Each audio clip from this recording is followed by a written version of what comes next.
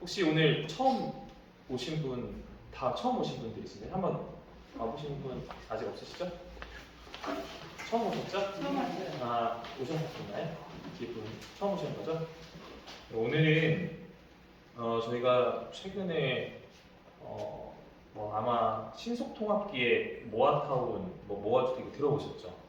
네, 들어보셨을 텐데 혹시 대략적인 내용에 대해서 좀 사전 지식 차원에서 좀 여쭤보고 싶은데 신속통합기획에 대해서 조금 아시나요? 신속통합기획 처음 들어보세요? 처음 들어보시는 분? 아, 들어보신 분? 네, 그렇죠. 그러면 선생님, 네, 신속통합기획이 뭐죠? 편하게 말씀하시면 돼요. 일단은 기본적으로 재개발로 네. 보는데 이제 그걸 통합 시비를 통해서 좀 더 빠르게 갈 수 있게끔 지원해주는 네. 사업이라고. 그렇죠? 네, 또 모아타운은 앞에 계시는 유성 선생님 혹시 모아타운 신속통합 어떻게 알고 계세요? 모아타운 신속통합 기획을 어떻게 알고 예, 신속통합 계획은 어떻게 알고 계세요? 아까 말씀하신 분이랑 네. 알고 있는 내용이 같고 모아타운은 이제 기본 타운 형식으로 예. 자율적으로 하는 걸로 알고 있어요. 기존의 재개발 재건축 업무하고 신속통합 계획하고 모아타운하고 좀 많이 다르다고 생각하시나요? 기존의 재개발 재건축 업무하고 신속통합과 모아타운이 많이 다르다고 생각하시는 분 혹시? 다르다. 많이 다르다. 개발하는 방식이. 별로 다르지 않다. 네, 별로 다르지 않다. 해주셨고. 아마 신속통합기획이나 모아타운에 대해서는 우리 그 서울시에서 그한 달에 한 번씩, 분기에 한 번씩 그 정비 아카데미 개념으로 해서 이번에도 영등포구청에서 했었어요. 근데 이제 좀 사전에 제가 미리 이제 여쭤봤던 건 뭐냐면 신속통합기획하고 모아타운이나 모아주택이 제 입장에서는 큰 차이가 없어요. 그냥 재개발, 재건축을 하는 방식에 좀 일정 부분이 다르다라는 부분이라고 생각하시면 되는 거거든요. 왜 그런지 설명을 드릴 건데, 저희 그 오늘 강의 주제를 잡았던 거는 최근 들어서 이제 신속통합 기획하고 모아타운, 모아주택에 대해서 우리 그 영등포구 주민분들이 많이 물어보시기도 하는데, 근데 각각마다 되게 특이했던 게 뭐냐면 내용은 하나고, 그리고 어떤 정비몽땅이라는 그 사이트가 있는데 다 들어가서 보시고 오셨는데도 이해를 잘 못하시더라고요. 그래서 그 부분 아마 용어적인 부분이 어렵다거나 그래서 그러실 것 같은데, 오늘은 저희가 이 신속통합 기획과 모아타운에 대해서 전체적으로 내용 말씀드릴 거고, 이 한 가지만 기억하셔라 하는 내용들만 이해하시면 신속통합 기획과 모아타운, 모아주택에 대해서 금방 이해하실 거거든요. 그러니까 가급적이면 어려운 용어 안 쓰고 좀 쉽게 설명을 드릴 테니까 그렇게 이해하시고, 또 오늘 아마 오셨던 분들이 뭐 개인적으로 궁금한 부분들도 계시겠지만 아마 또 그 지역에 내가 아마 재개발 재건축 지역에 살고 있기 때문에 궁금해서 오신 분들도 계실 거예요. 그러면 돌아가서 전파를 잘 해주시면 좋을 것 같아요. 되게 저희가 좋은 게 이 아카데미를 하면서 처음에는 이 사람이 저희 업무는 사람이 많아질수록 문제거든요.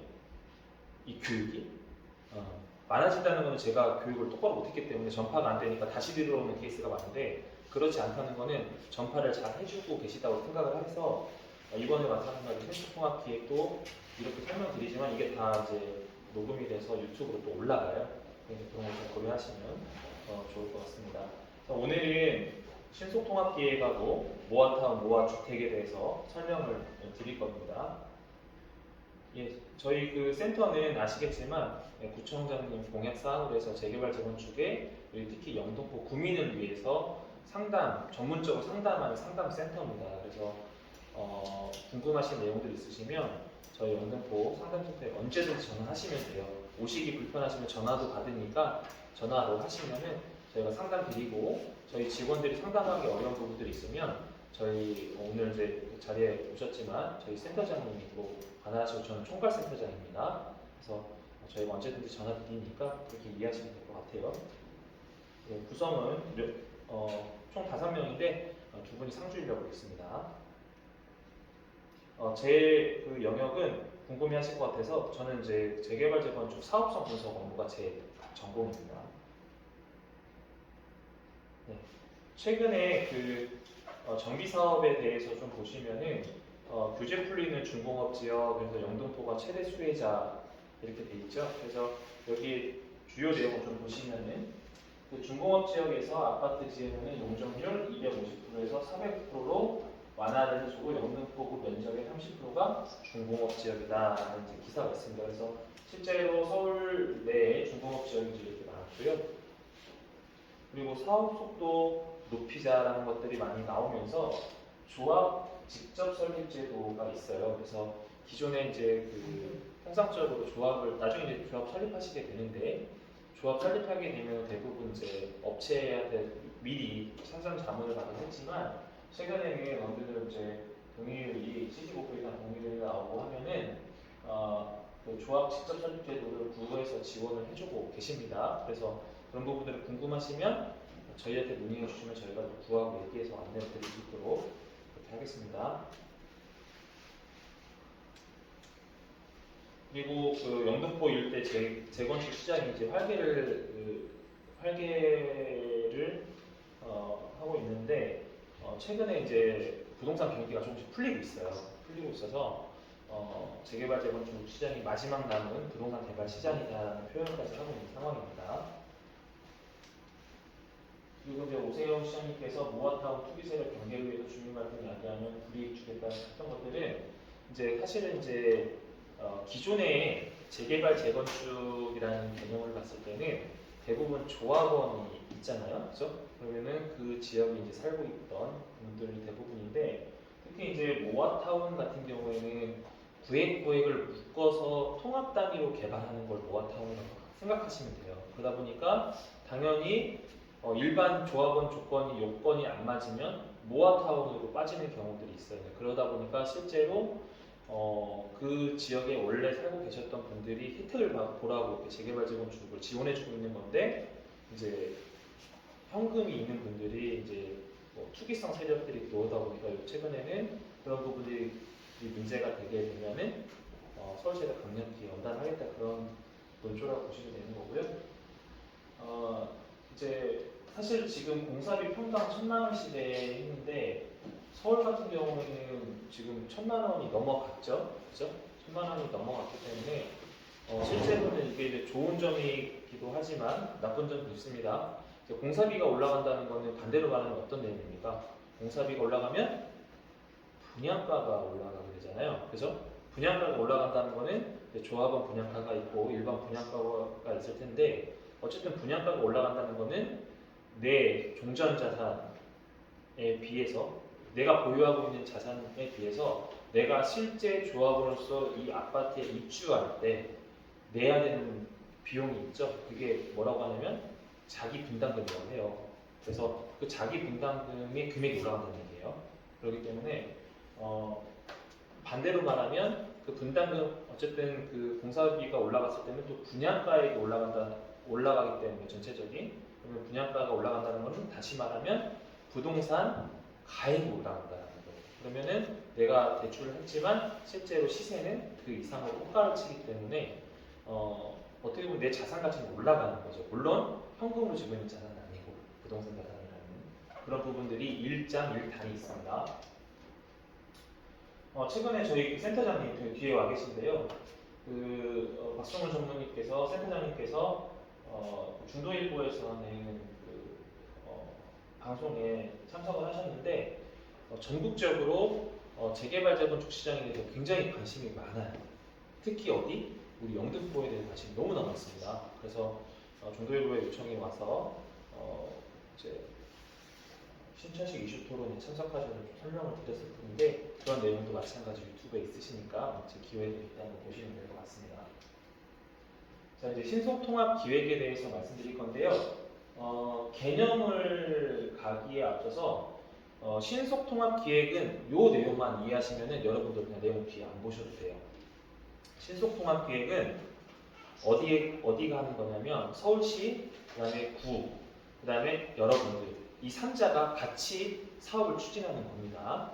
그렇죠? 그럼 서울시에서 참여를 해서 구하고 조합원분들하고 참여를 하셔서 이 사업을 참석을 하시는 거니까 당연히 서울시가 들어오고 구도 관여를 하니까 서울시가 들어올 때는 다 이유가 있죠. 예, 주택 공급에 대한 부분이 있기 때문에 공공성이 확보가 되는 거예요. 이 사업은. 그죠? 신속통합기획의 참여 주체가. 그러면 공공성이 확보된다. 그러니까 공적인 목적인데 공익을 위해서 하기 때문에 어떻게 됩니까? 공익의 목적에서 임대 아파트가 들어가게 됩니다. 대신에 또 우리 주민들한테 어드밴티지를 줘야겠죠? 예, 뭘 주냐면 용적률 상향을 주고 고도 제한을 풀어버립니다. 물론 이제 종마다 주거 환경 종마다 좀 다르긴 하지만 예, 그렇게 해서 신속통합 계획이 되고 또 우리 그 조합으로 기존에 있던 조합의 재개발 재건축 업무를 하게 되면은 우리 어떻게 하죠? 단계가 많이 보셨죠? 들어보셨죠? 준비위원회 해서 동의를 받고 그 다음에 추진위원회가 구성이 되고 추진위원회가 조합 인가를 준비하잖아요, 그죠? 그 다음에 뭐가 설립이 돼요? 조합이 설립이 되잖아요, 그죠? 그러면 이제 신속통합기획 같은 경우는 그 중간 과정에 빠져요. 그럼 다이렉트로 조합으로 갈 수가 있기 때문에 여러분들이 통상적으로 재개발 재건축 업무를 하신다고 하면 준공까지 하는데 평균 8년, 9년, 최대 10년까지거든요. 우리 물론 영등포는 더 됐죠. 재개발 재건축 얘기가 나왔지만은 이제 막 시작되는데 통상적으로 준공까지 하는데 최소 8년에서 9년, 최대 10년 정도 걸려요. 더 걸리는 경우도 있지만 그런데 조합 설립 기간이 통상적으로 뭐 문제가 없으면 1, 2년인데 중간에 여러 가지 항상 이슈는 있기 마련이죠. 평균적으로 2, 3년 정도 소요가 됩니다. 조합을 설립을 하는데 그러면 그 조합 설립 기간이 중간 과정 추진위원회 단계잖아요. 그런 중간 과정이 2년 정도가 빠진다라고 보시면 될 것 같아요. 이해되시나요? 그렇게 이해하시면 좀 빨리 가신다고 보면 됩니다. 그래서 사업 시기도 좀 빨라진다. 그리고 고도 제한이나 어떤 용적률을 상향, 그러니까 더 질 수 있게 해주는 거죠. 공공성이 있기 때문에 임대 아파트가 들어가는 대신에 더 질 수 있기 때문에 세대 수는 늘어나고 그렇게 되는 형태예요. 자, 거기다가 임대 아파트를 뭐 이제 장기 전세 주택으로 줄 수도 있고 청년 주택으로 주면은 또 예전에 그런 임대 아파트 개념은 아니에요. 그러니까 그런 것들은 서울시하고 이제 회의하면서 좀 주민들의 의견을 같이 반영해 주면은 좋은 모델이 나옵니다. 이게 신속통합기획의 끝입니다. 그러면 기존의 재개발 재건축하고 특이점은 뭐라고 하죠? 기존의 재개발 재건축과 비교하면 조합이나 신택 시행으로 하던 방식에서 서울시가 같이 참여를 하게 된다라는 부분과 그 다음에 기존의 재개발 재건축 업무는 어떻게 했죠? 임대 아파트가 있었나요? 공공성이 없었죠? 그냥 우리가 용적률 받아서 용적률에 맞춰서 아파트 짓고 분양하는 땡이었어요. 끝이었죠, 업무가. 그런데 이거는 공공주택이 그러니까 용적률을 높여주는 대신에 임대 아파트가 들어가기 때문에 공익의 목적을 실현하는 거고 그리고 최종적으로 조합을 설립하는 그 앞단의 추진위원 단계는 2, 3년에 대한 시간이 줄어든다. 그렇게 이해하시면 빨라요. 그러면 이게 신속통합의 전부입니다. 그렇게 이해하시면 되고 좀 세부적인 내용을 좀 보실 텐데 어려운 용어 있으면 언제든지 말씀하시면 됩니다.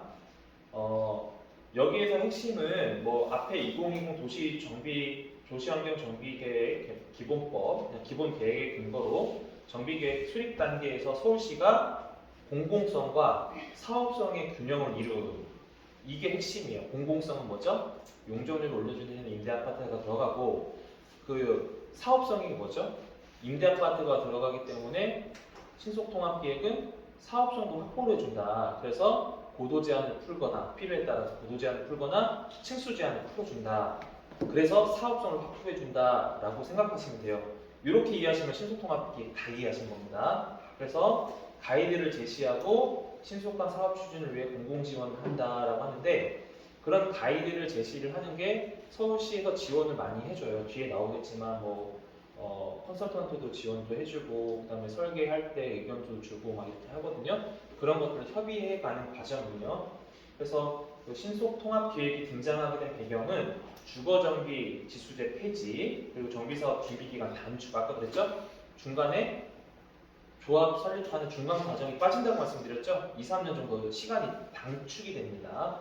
그리고 주민 동의 절차가 간소화가 되고 그리고 재개발 해제 구역을 이제 신규 지정할 수 있고 2종 일반 주거지역 규제 완화가 되고 아까 말씀드렸던 것처럼 뭐 고도 완화라든가 종상향이라든가 이런 개념이에요. 그러니까 종상향인 거는 용적률을 더 높여주는 거예요. 더 질 수 있게. 그죠? 종상향이 되는 거는 여러분들이 살고 계시는 주거지보다는 상업지역이 더 사업성이 좋죠. 그렇게 하는 게 종상향인 거예요. 그러니까 2중에서 3종, 3종에서 상업지역 이런 식의 개념으로 그리고 그 구역 지정 공모 수시 시행이라는 부분이 있는데 대신에 우리가 하고 싶다고 막 하는 건 아니에요. 막 하는 건 아니고 어떻게 한다고요? 공모전을 통해서 하는 겁니다. 그리고 너무 사업성이 없는 데는 할 수가 없겠죠. 그죠? 서울시에서도 의미가 없으니까. 여기까지 좀 어려우신가요? 어려우시면 중간중간 말씀하시면 돼요. 그래서 여기 이제 공공에서 민간의 계획과 절차를 지원하는 신속통합계획은 주체 간 소통으로 통합계획을 수립하고 절차 간소화를 통해서 신속한 사업 추진이 가능하다. 그래서 용어는 좀 어렵지만 절차 간소화, 공공성, 사업성 확보 이게 신속통합계획의 핵심이에요. 그래서 정비계획 같은 경우에는 그 도시계획심의위원회에서 뭐 여기 주변한 계획이라고 하는데 여러 가지 그 제한이 있어요. 건축 아무렇게나 하는 거 아니거든요. 그런데 신속통합계획을 하면 융통성을 많이 준다라는 거예요. 가급적이면 잘 될 수 있게 누가 참여하기 때문에 서울시에서 같이 참여를 해주고 있기 때문에 그리고 건축 설계할 때 혁신적인 디자인 지원 인센티브를 제공하는 건데 혁신적인 디자인 같은 경우는 아무래도 이제 이게 사실 이제 재개발 건축이 대목표가 주거 환경 정비에 대한 개념이거든요. 그럼 정비라는 거는 우리 서울시 같은 경우는 인구도 많고 그리고 워낙 이제 낙후된 지역들이 많다 보니까 그 낙후된 지역의 환경을 정비하는 것들이 좀 있잖아요. 그런 차원에서 혁신적인 디자인 인센티브를 제공하고 있다라고 이해하시면 되는 거고요. 사업 시행 인가 과정에서 사업 절차나 심의를 당연히 간소할 수밖에 없죠. 누가 참석하니까 공공에서 참석을 하니까 당연히 인센티브를 제공할 수밖에 없는 상황입니다. 너무 디테일한 얘기는 말씀 안 드릴게요. 그러면 또 헷갈리시니까. 그래서 예를 들어 3종 주거지역의 일률적으로 35층 규제는 지역 특성에 따라 35층 이상으로도 질 수 있게 해주고 있고요. 2종 7층 주거지역 같은 경우는 최대 25층 내에서 주변 여건 고려해서 높이도 정해줄 수 있다는 겁니다. 그리고 역세권 아파트 단지 고밀 복합화 유도를 하는 거고 개발 소외된 지역을 이제 정비해 줄 수 있는 거고요. 이거는 이제 뭐 모아주택이나 이런 것들이 있는데 이거는 이제 뒤에 말씀드릴게요.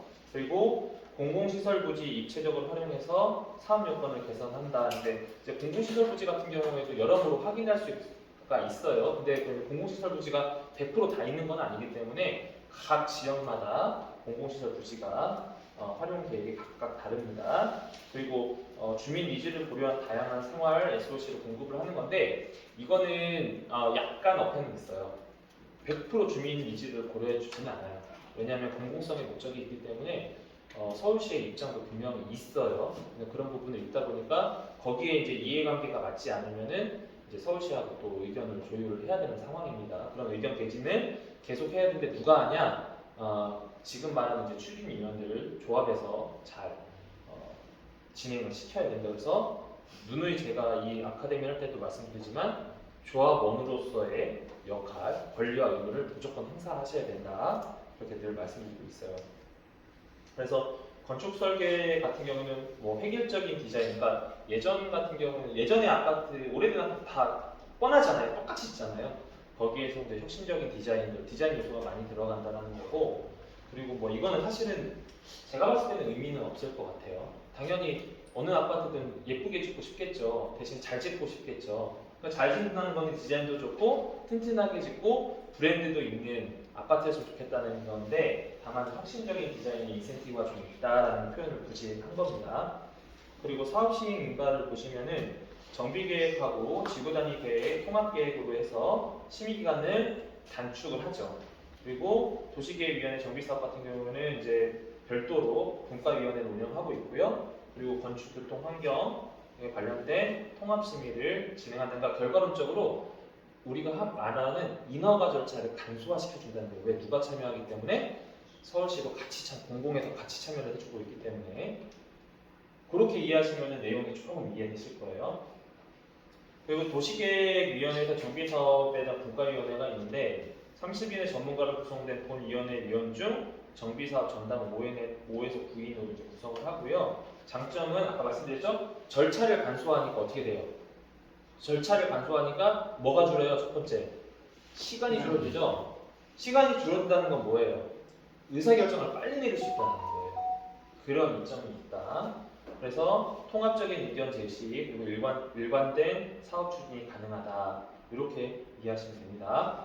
그래서 그 건축교통 통합심의에서는 이제 부지 면적이 5만 제곱미터 미만 이상은 이제 법령의 개정이 이제 필요한 상황이고요. 심의한 상황에서 환경영향평가가 서울시에서 심의 대상에 대해서 규모에 대한 제한 없이 운영하고 있고, 규모가 커지면 환경영향평가를 받게 돼 있어요. 작아지면 소규모도 받고, 그리고 건축교통 환경통합심의에서는 부지 면적 미만일 경우에는 이제 그 건축교통 영향평가, 환경영향평가 심의 대상에 대해서 부분을 심의를 한다, 그런 내용인데요. 제가 봤을 때는 이 내용 별로 중요하지 않아요. 어떤 것만 기억하시면 되냐면 빠른 최종 의사결정 과정이 신속통합기획이다라고 보시면 됩니다. 단점은 뺐죠? 단점은 뭘까요? 단점은 뭡니까? 장점만 있네요. 그렇죠? 장점만 써놨잖아요. 단점은 뭐냐면 서울시가 참여하기 때문에 공공성이 확보가 되는 거죠.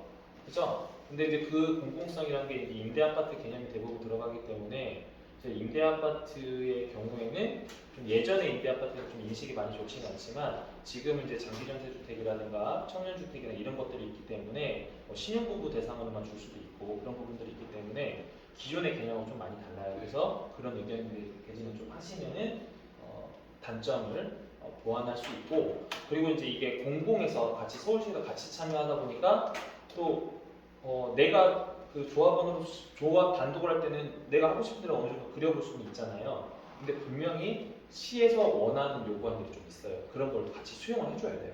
그러다 보니까 3자가 물론 사실 이제 구에서도 많이 역할을 하지만 그래도 구에서는 또 조합 편이긴 한데, 근데 이제 결과론적으로 서울시가 요구하는 상황에 맞춰서 설계를 해야 되는 상황이 벌어져요. 유사한 사례가 또 타 지역에도 좀 있어서 그런 말씀을 드리는 겁니다. 그래서 그 신속통합기획 같은 경우에는 서울시, 자치구, 주민이 원팀으로 구성돼서 복잡한 정비사업 프로세스를 하나의 통합된 기획으로 진행을 한다라고 보시면 되는 거고요.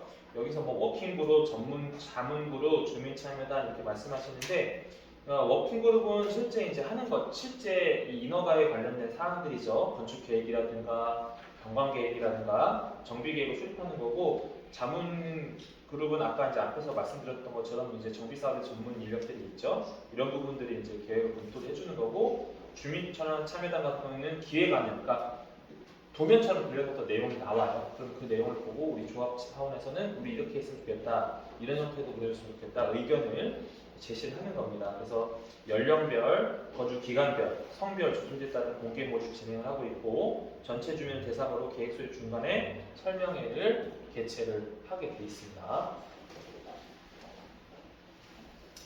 그래서 이제 신속통합 기획의 그 내용을 좀 보시면 여기 아래 내용만 보시면 돼요.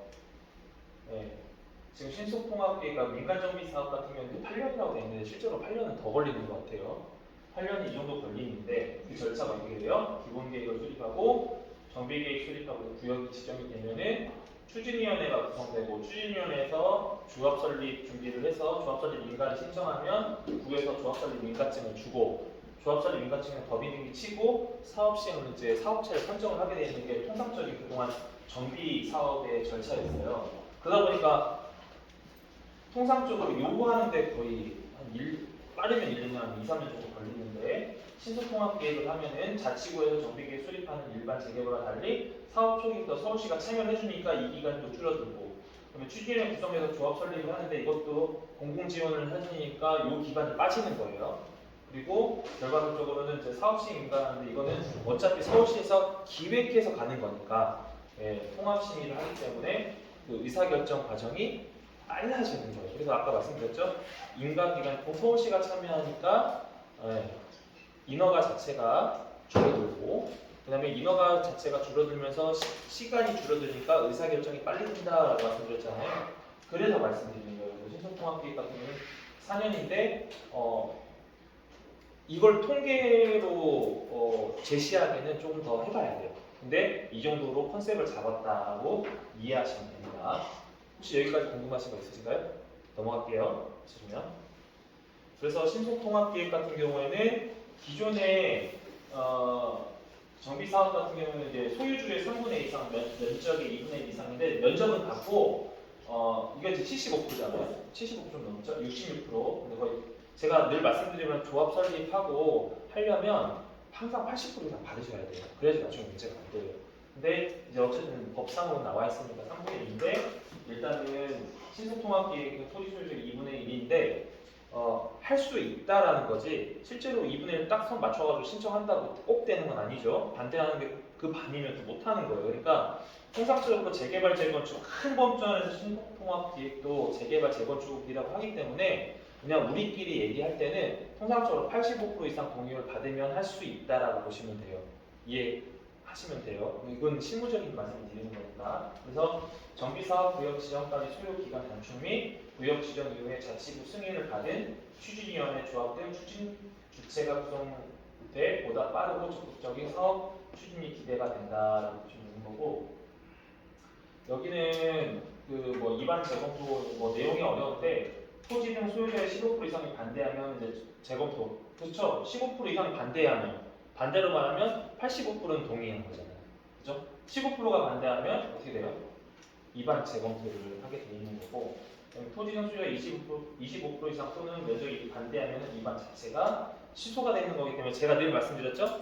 85% 이상은 동의를 받아야 온전한 사업이 진행된다라고 이해하시면 빠릅니다. 그래서 용어를 어렵게 보지 마시고 된다 안 된다 이렇게 기준만 보세요. 자, 신속통합계획 끝났습니다. 두 번째는 모아타운, 모아주택인데요. 용어만 봅시다. 모아가 뭐죠? 이 모아가 영어가 아니라 모아잖아요. 그렇죠? 모은 건 뭐죠? 사업이 다른 주체 또는 지역을 모으고 모아서 타운을 구성한다든지 주택을 만든다는 거잖아요. 그죠? 근데 이 타운과 주택은 어떤 차이점이 있습니까? 용어적으로 봤을 때, 용어를 봤을 때 타운은 크죠. 그죠? 주택은 타운 안에 있는 일정 부분을 주택이라고 표현을 하죠. 그래서 모아 타운과 모아 주택을 이해할 때는 그대로 글자들을 해석하시면 돼요. 그러면 빨라요. 여러 가지 있는 그 정비구역들을 모아서 범역이 커지면 타운이 되고 범역이 작으면 주택이 되는 거예요. 그 내용을 뒤에서 좀 설명을 드릴게요. 그래서 그게 모아타운, 모아주택이에요. 근데 이제 이 용어를 사실은 서울시에서 많이 쓰고요. 타 지역 같은 경우에는 소규모 재개발, 재건축, 소규모 정비구역 지정된 거를 두세 군데 모아서 규모가 커지면 가로구역으로 묶어주기도 해요. 그런 개념하고 비슷해요. 근데 가로구역도 용어가 어려우니까 이해를 해석하시자고요. 정비구역들이 있는데 작은 정비구역들인데 이걸 모아서 큰 사업이 되면 타운이 되는 거고 그냥 한 두세 개 작은 거 모아두면 주택이 된다. 그런 개념으로 좀 이해하시면 됩니다. 근데 물론 세부적인 용어적인 다르지만 여러분들이 이해하실 때는 그렇게 이해하시면 쉽게 와닿으실 거예요. 자, 모아타운의 등장 배경을 좀 보실까요? 서울시의 저층 주거지가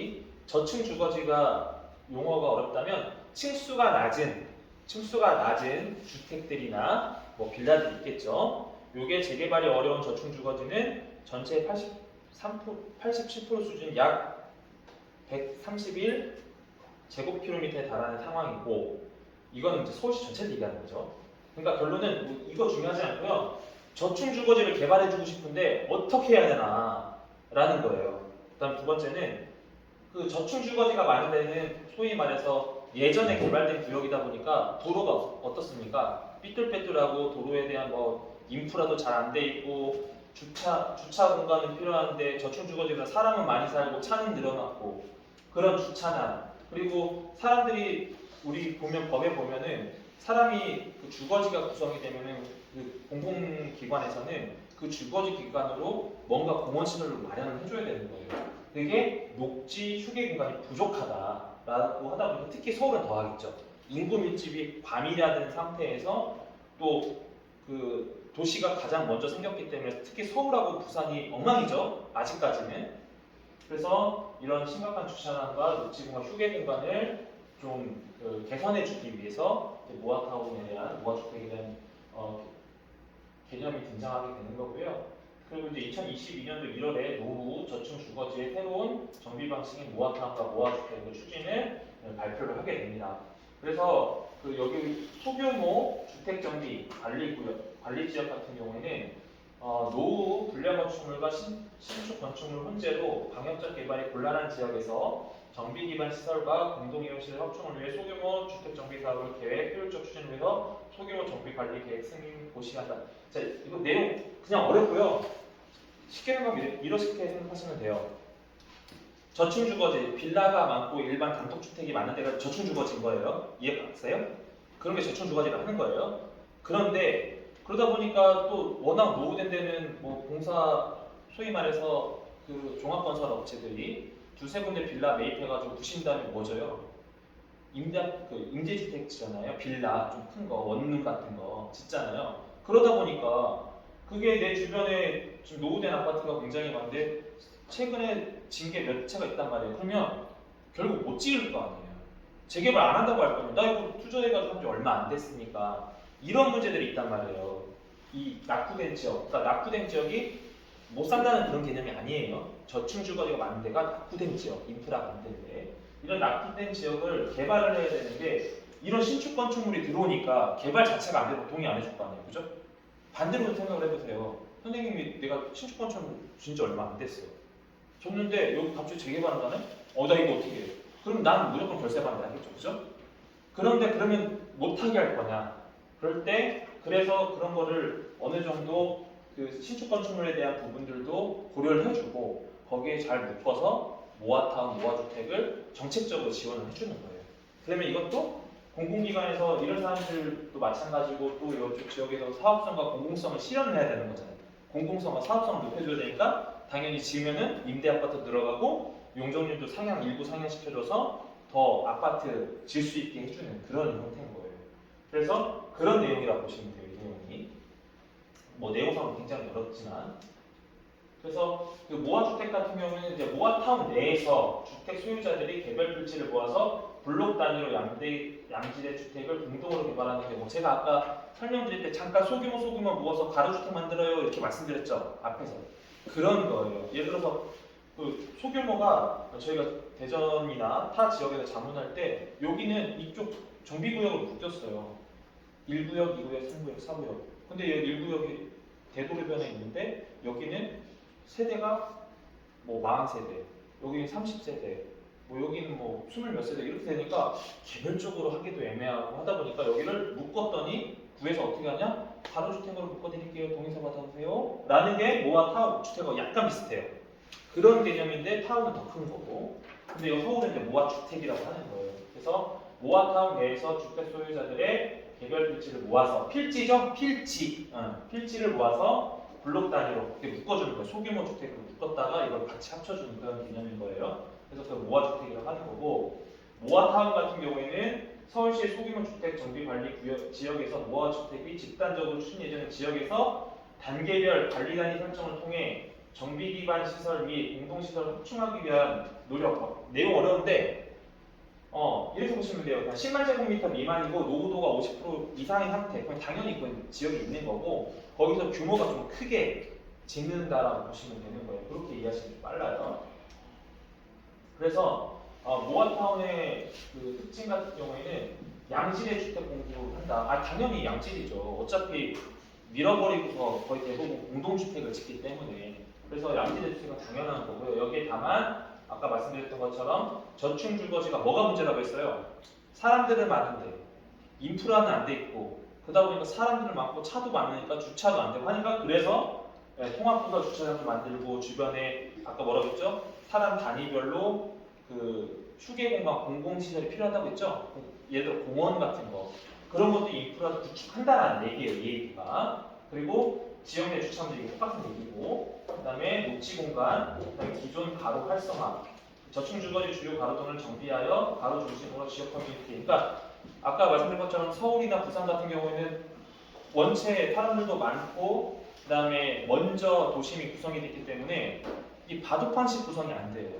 도시가 깔끔하려면 바둑판식 구성이 제일 좋거든요. 근데 서울시의 이 모아주택이나 이런 재개발 재건축 부지를 보면은 바둑판식 구성이 거의 없어요. 엄청 좀 뭐라고 해야 되지? 인프라 시설 자체가 안 돼 있는 거죠. 좀 지저분한 거죠, 도시 자체가. 그렇기 때문에 이 상태로 하면은 가로가 구성된다. 이 가로가 그거예요. 도로가 생기는 거예요. 그걸 기반으로 구획을 정한 다음에 바둑판의 선이 뭡니까? 도로인 거예요.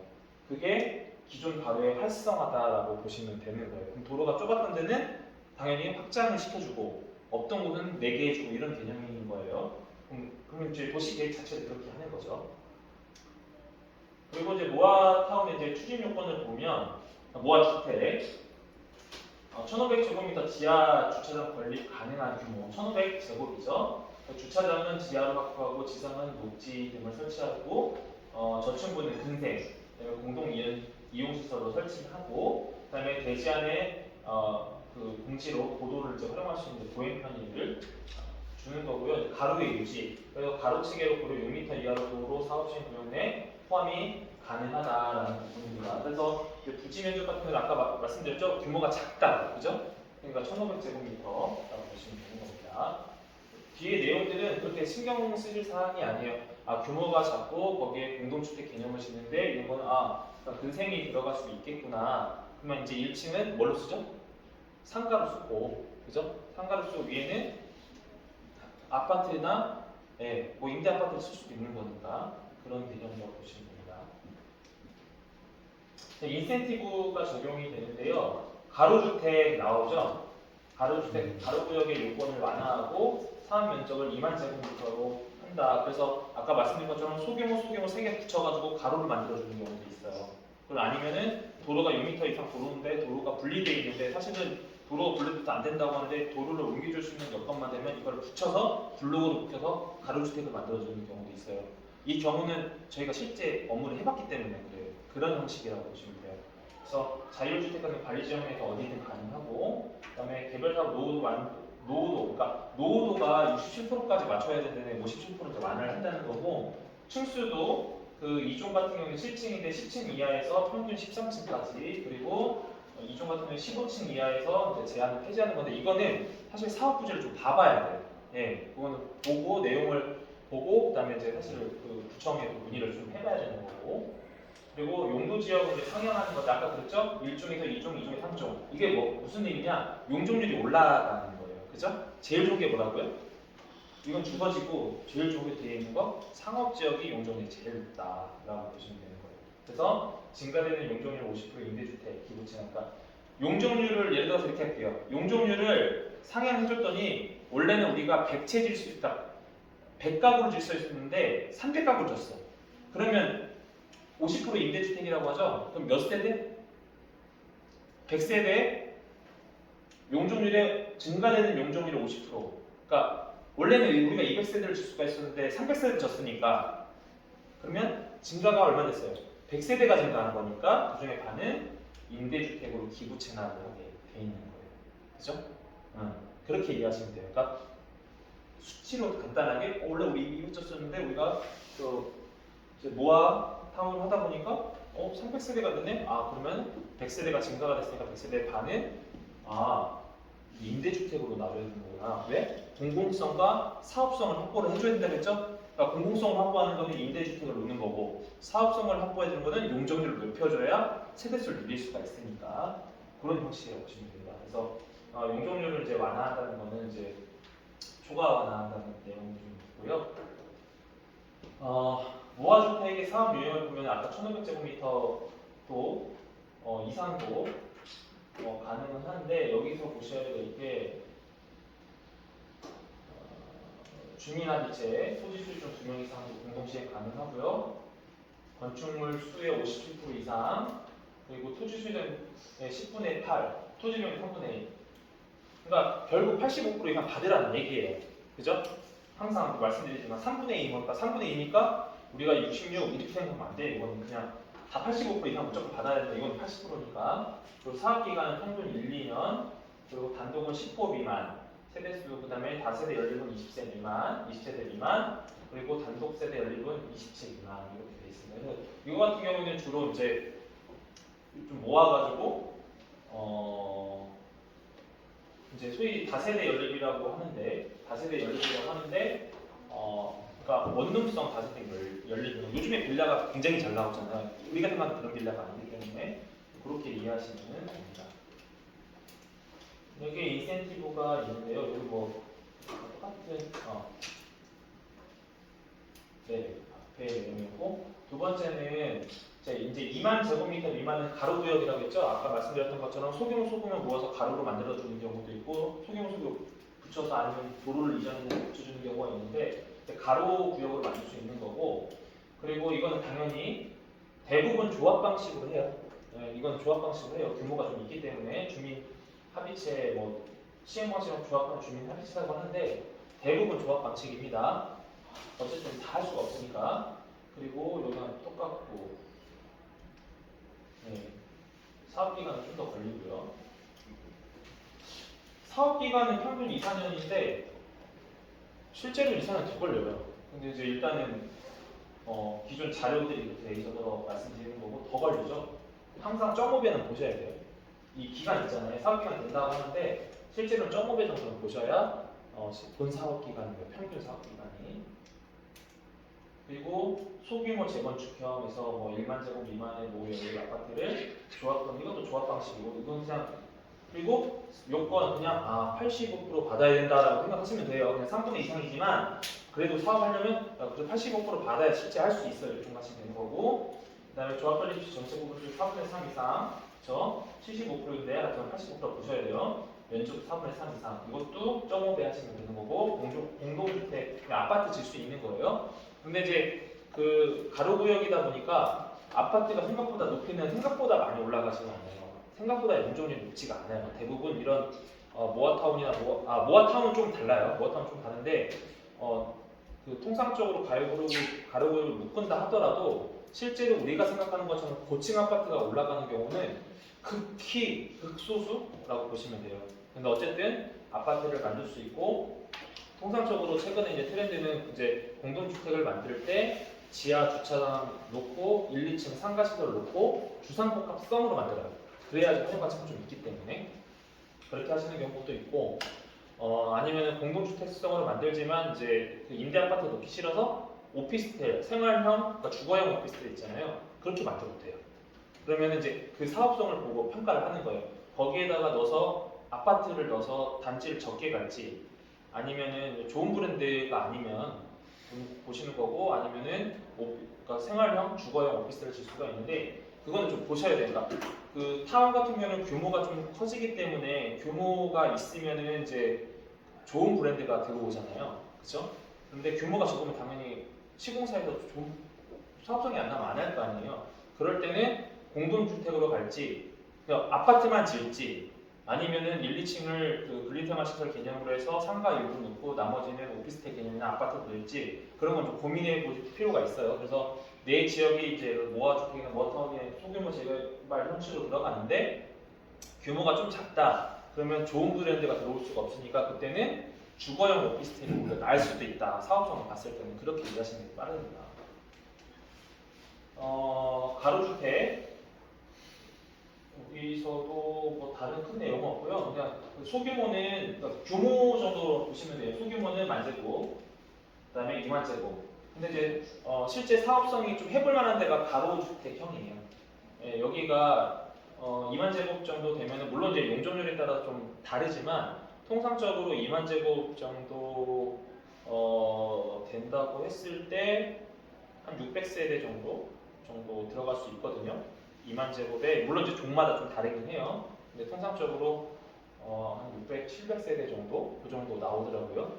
그래서 그 정도 보시면 되는 거고, 네, 여기 뭐 나머지는 똑같습니다.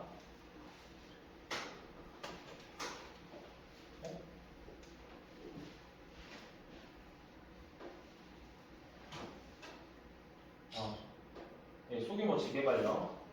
그 사업 면적 역세권 또는 중공업 지역에서 소규모로 주거 또는 도시 환경을 하는데 지금 이제 역세권하고 중공업 지역 같은 경우에는 좀 상황이 좀 다르거든요. 그러니까 중공업 지역 같은 경우는 그 기본 용적률이라는 게 있고 용적률에 대해서 여러 가지 이제 인센티브가 있기는 하는데 중공업 지역 같은 경우에는 뭐 아시겠지만 뭐 상가 시설이 높고 임대 시설이 높고 뭐 제조 시설이 들어가서 뭐 여러 가지 중복이 돼야 최대의 용적률을 받는 그런 구조이기는 하는데 어쨌든 역세권 또는 중공업 지역의 소규모로 주거 또는 도시 환경을 개선한다는 얘기고요. 여기서 좀 보셔야 될 게 사업 면적이 5,000제곱미터 미만이고 그다음에 역세권 250m 이내고 그러면 조합 또는 주민 합의체 이건 뭐 당연히 뭐 대부분 조합 형식을 갈 거고 나머지는 큰 사항은 없고요. 규모적인 부분인데 이거는 좀 고민해 볼 필요가 있는 게 그 역세권 개발 사업 같은 경우는 지금 한시적으로 350m까지 그러니까 제한을 풀었잖아요. 350m까지. 그래서 역세권 개발 사업하고 모아주택으로 하는 거는 어떤 방식으로 좋을지는 한번 분석을 해봐야 돼요. 어떤 게 나한테 입점이 될지. 그래서 오늘도 뭐 여기 와 오신 분들 중에 또 역세권도 말씀하셨지만 이거는 좀 사업을 좀 봐야 돼요. 그러니까 누군가는 이거 확인을 해줘야 되는데 이 사업성에 대해서는 좀 요거는 제 개인적인 생각으로 역세권 지역 내에 들어갔을 때는 이게 뭐하러 해도 되는지 사업 유형으로 소규모 재개발형이라고 하는데 역세권 발전 사업으로 우리 뭐 역세권 시프트라는 게 많이 들으셨을 텐데 그런 개념에 따라서 조금 다르니까 좀 보실 필요는 있다라고 좀 될 것 같고 사업성 때문에 추진 절차 같은 경우에는요 그 모아 타운 선정이나 지정 같은 경우는 여기 보시면은 공모입니다. 그냥 뭐 내가 한다고 되는 거 아니에요, 그렇죠? 공모를 해야 되는 거고요. 여기에서 보시면 공모 신청을 하면 선정위에는 이제 발표를 하게 되고 주민 제안을 하게 되면 이제 전문가 자문을 요청하게 되면 전문가 자문위원회에서 자문 결과 통보해서 자문 결과에 대해 관리계획이 수립이 되는데 여기서는 이제 그 어쨌든 공공성이 있기 때문에 전문가 사전 자문이 좀 필요해요. 근데 이걸 이제 지원을 해주고 있는 거죠. 그렇게 보시면 되는 거고 모아주택 사업 시행 단계에서 보시면은 추진위원회 승인이 필요가 없죠. 네, 조합 설립 인가 바로 들어가고 통합 심의를 거쳐서 관리처분 계획 수립하고 사업 시행 인가 계획을 하고 2주 착공하고 어떤 준공 이런 개념으로 보시면 되는 거고 여기 절차는 그렇게 보실 필요는 없어요. 여기서 이제 핵심은 뭐냐면 이거 그냥 아무나 신청한다고 되는 거 아니구나 공모 방식이구나. 그럼 이제 이게 어느 정도 신청이 돼서 사전에 신청 발표가 되면은 사업을 잘 가기 위해서 전문가를 지원해주고 있구나 그렇게 보시면 될 것 같아요. 그래서 모아타운, 모아주택 같은 경우는 이제 수시로 공모를 하게 돼 있고요. 요 내용을 보시지 마시고 요 내용 보시면 될 것 같아요. 법적 기준에 플러스 알파다. 그래서 뭐 주민설명에다 조합 3개 이상, 예정 3개 이상이 됐을 때 주민사전 안내 및 시행령 프로에서 동의를 확보를 해주는데 최소 면적 기준 마련해서 8만 제곱미터 이상, 10만 제곱미터 미만 이렇게 있어요. 근데 역세권 발전 사업이 최근에 법이 개정되면서 많이 줄었죠. 네, 그 조례 변경되면서 역세권 같은 경우는 물론 역세권 안에 모아주택 할 수 있는 여건이 있는데 그런 부분들이 있어서 법적 기준이 좀 어떻게 되냐면 완화가 됐다라고 표현이 맞을 것 같아요. 그래서 이제 공모 방식이 있는데 자치구 공모 방식이 있고 주민 제한 방식이 있습니다. 그래서 자치구 공공방식 같은 경우는 3만 제곱에서 10만 제곱 미만이고 주민 제한 같은 경우는 하나, 두 개 좀 달라요. 근데 두 개 이상인 경우는 2만 제곱 이상, 10만 제곱 미만 일대 제한할 수 있고요. 여기서 좀 보셔야 될 게 자치구 공모방식 같은 경우에는 이제 토지 소유자의 30% 이상, 그래서 이제 여기 조합은 이제 별도 동의사가 필요 없는데 여기는 이제 토지 면적의 3분의 3인 거고요. 노후도는 거의 같고, 그 자치구에서 자체로 공모한 방식 같은 경우는 이제 주민 설명을 통해서 신청을 하게 돼 있고, 주민 제한 방식은 별도고요. 그다음에 권리 산정 비율 같은 경우에는 개발 대상 선정 발표일 기준으로 고시가 이제 가능한 거고, 그 전문가 자문 결과를 일 기준으로 통보일을 잡습니다. 그래서 주민 제한 방식하고 이제 자치구 공모 방식은, 그러니까 이거 쉽게 설명하면 자치구에서 우리 모아타운 모아주택 할 거니까 신청하세요. 공모합니다. 이게 자치구 공모 방식인 거고, 주민 제한은 우리가 모아타운이나 모아주택을 하고 싶어요. 그러면 역으로 신청을 하는 그런 개념이라고 보시면 돼요. 그러니까 이거는 사전에 공모를 해요. 공고를 하다는 거죠. 근데 이거는 사전 공고 개념이 없어요. 준비해서 서류 맞춰서 신청하는 그런 개념이고요. 모아타운 코디네이터들 이제 이거는 지원해 주니까 이건 뭐큰 의미는 없으실 거고, 신청 생각되면 지원해 줍니다. 네. 여기까지 모아타운하고 모아주택에 대해서 설명드렸는데, 다시 한번 좀 정의를 드릴게요.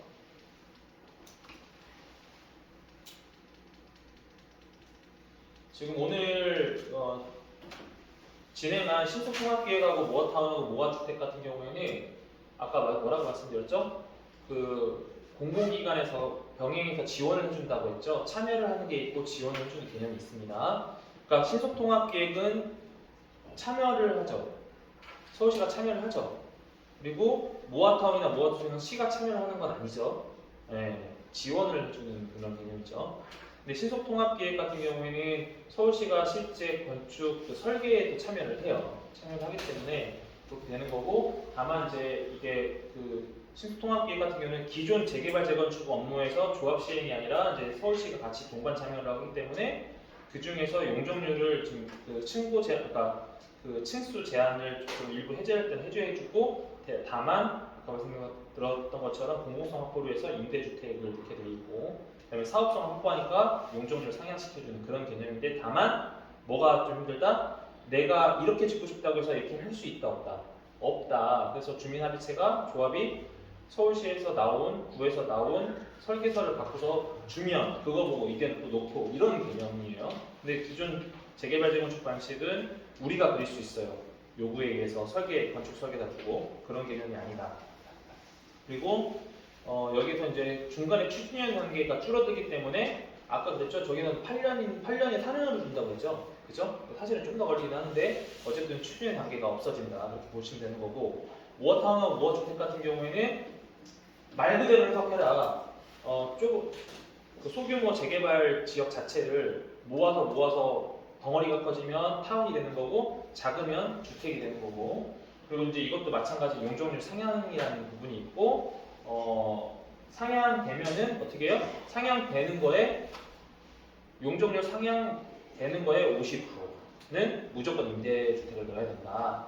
그렇게 이해를 하시면 돼요. 그리고 모아타운과 모아주택 같은 경우는 어떻게 보면은 서울시에서 운영하는 형태인데, 타 지역에서는 소규모 재개발 재건축 부지를 그러니까 소위 말해서 분리되어 있던 걸 묶어서 가로주택을 묶어주는 경우도 있다. 이게 모아타운 모아주택의 개념이다라고 이해를 하시면 될 것 같습니다. 네, 여기까지 그 신속통합기의 모아타운 모아주택에 대한 내용을 말씀드리고요. 혹시 궁금하신 거 있으신가요? 질문 있으시면 사업에 관계없이